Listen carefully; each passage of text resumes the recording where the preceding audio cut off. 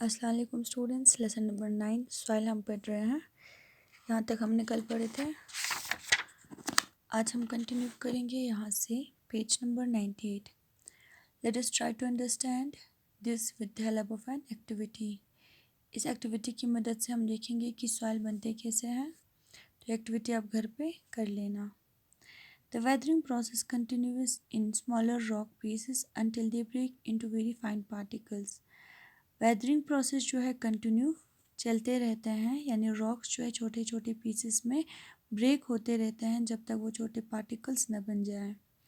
Physical weathering also take place in areas experiencing extreme temperatures.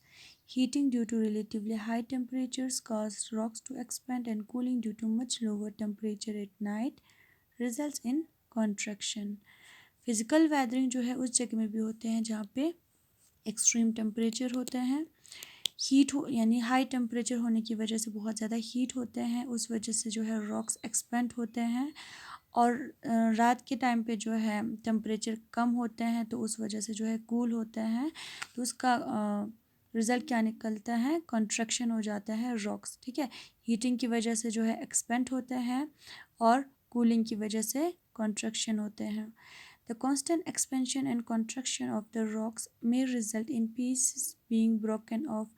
यही जो expansion और contraction की वजह से जो है क्या होता है, रॉक्स छोटे छोटे पीसेस में ब्रेक होते हैं।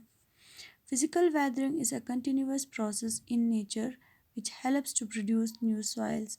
फिजिकल वेदरिंग जो है कंटिन्यूस प्रोसेस है नेचर में भी, जिसकी मदद से जो है नया सॉइल बनते हैं। When water, wind, and glaciers move over the surface of rocks, the rocks get gradually worn down and grinded. This is called abrasion and it results in the formation of soils. जब पानी, हवा और glaciers जो है rocks की surface से move होते हैं तो उस वजह से जो है रॉक्स जो है धीरे धीरे वॉर्न डाउन एंड ग्राइंडेड पिस जाते हैं, उसको जो है हम एब्रेजन कहते हैं। और उसका रिज़ल्ट क्या निकलता है? In the formation of soil, उससे जो है सॉइल बनते हैं। अब इसके बाद है केमिकल वेदरिंग।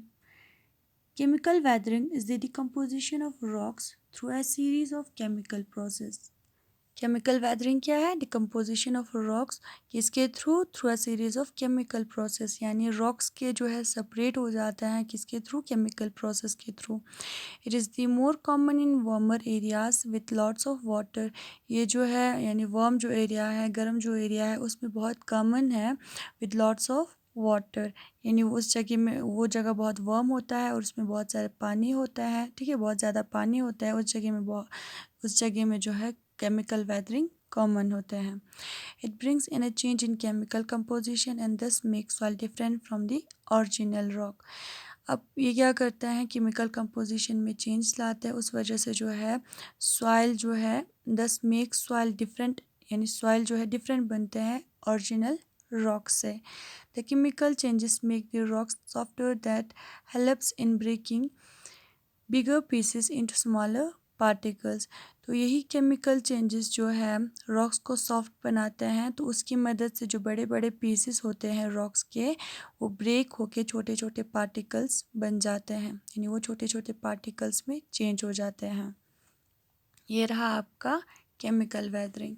इसके बाद है biological weathering. Biological weathering is caused by living organisms, mostly plants and some microorganisms.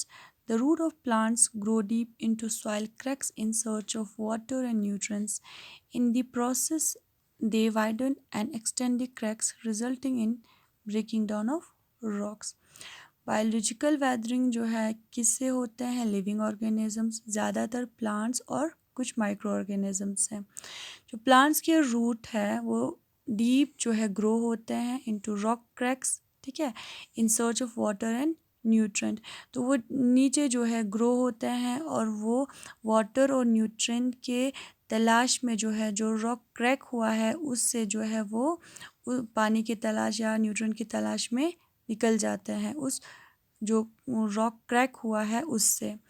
और इसी प्रोसेस में जो है वो रॉक्स जो है क्या होते हैं, रूट्स जब वहाँ से निकल जाते हैं पानी और न्यूट्रन की तलाश में, तो रॉक्स जो है जो क्रैक हुआ है वो ब्रेक डाउन हो जाते हैं। ठीक है, तो उसका रिज़ल्ट क्या निकलता है, रॉक्स जो है ब्रेक डाउन हो जाते हैं।